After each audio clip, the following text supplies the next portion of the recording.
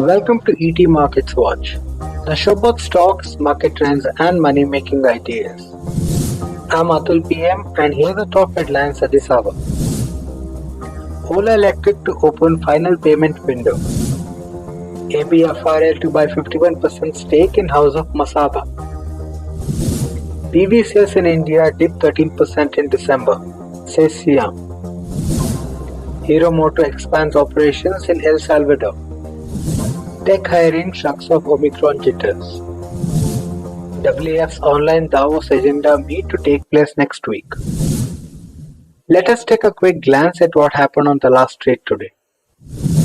Market ended the volatile session on a flat note, though the net change was in the red. Benchmark indices snapped the 5-day winning streak as they settled marginally lower. Rising inflation and worsening pandemic soured the mood on the last trade. Investors are focused on the earnings season, which will gain momentum next week.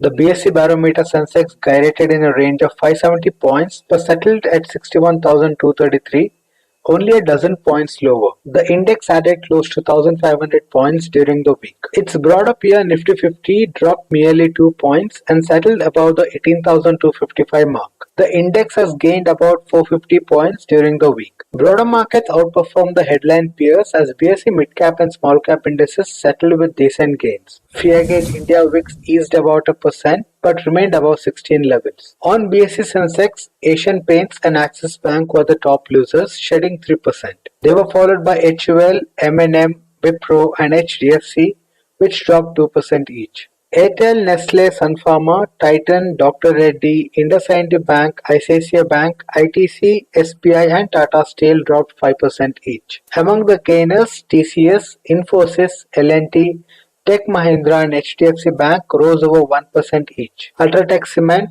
Kotak Mahindra Bank, HCL Tech and NTPC also posted decent gains. Close to 560 stocks hit upper circuit limits for the day and about 280 stocks hit the lower circuits.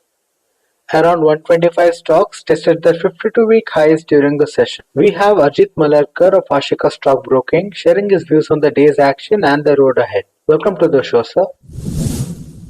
Benchmark indices remained volatile during the session. What weighed on the mood of markets? Today Indian markets open on a weak note on account of soft global markets. There was sharp decline in the US and Asian markets which dampened the market sentiment. Moreover, continued FI selling and rising oil price is also a concern for the market. Global markets declined after a raft of Federal Reserve officials signaled they will combat the inflation aggressively and thus the rate hike is imminent, which result in strengthening of dollar against the other emerging countries' currencies.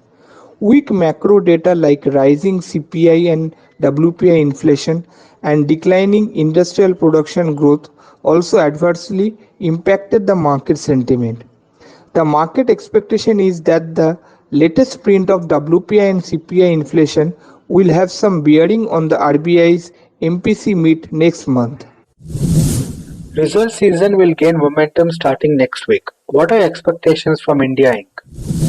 Q3 of FY22 result season has started with positive note with top 3 Indian IT companies reported good set of earnings growth primarily led by Infosys. Corporate India is expected to post healthy earnings growth during the Q3 of FY22 with double-digit growth in top line and bottom line. Margins are expected to remain under pressure due to high commodity inflation. However, continuous deleveraging of balance sheet by corporate resulted in lower interest cost which will aid the profit growth during this quarter.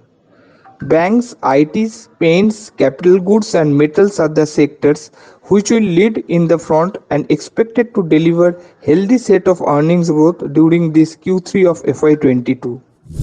We also caught up with Nilesh Jain of Centrum Broking to decode the technical charts for you. Nifty 50 ended the volatile session on a flat note. Where is it headed now? So the markets have continued the momentum for the third consecutive week. If you look at the overall structure for the Nifty, it still looks positive, and the way the derivative data have come out now in this week, They are indicating that the put writers have shifted position on a higher side towards 18,080 to 18,200, and whereas the call writers have shifted their position towards 18,500 to 19,000. So the overall undertone looks positive, and we may see Nifty inching towards 18,500, or maybe we can expect a new high before budget. So the momentum is very much positive. One should definitely use trailing stop losses and keep the long position intact for the 18,004 to 18,500 kind of levels. Nifty Bank has been on the weaker side lately. What is your take on it? So when the Bank Nifty has continued its positive momentum for the third consecutive week, although it has marginally underperformed compared to the Nifty index, but the overall structure hints that the momentum is likely to continue on the higher side towards 39,000. That is the next major hurdle that it has to surpass. And we have much awaited numbers from HDFC Bank. Post that, we can expect the gradual upmove in the Bank Nifty towards 39,000, whereas the base has shifted higher towards 38,000. On today's trading session, if you look at, it has formed a doji candlestick formation. So that particular candle indicates that we may see some sort of a reversal in the trend. In past 3 consecutive sessions, we have seen some sort of a weakness. But looking at today's candle, we can expect a further upside momentum to continue in the coming week towards 38,800, 39,000. And above that, we can expect a short covering move towards 40,000. On the global front, Asian markets settled mostly lower for the day. Major European markets were trading with cuts in the first few hours of trade. However, US stock futures were up, hinting towards a positive start to US equities later in the day. That's all for now. Do check out ttmarkets.com for all the news, market analysis, investment strategies, and dozens of stock recommendations. Enjoy your evening. Bye-bye.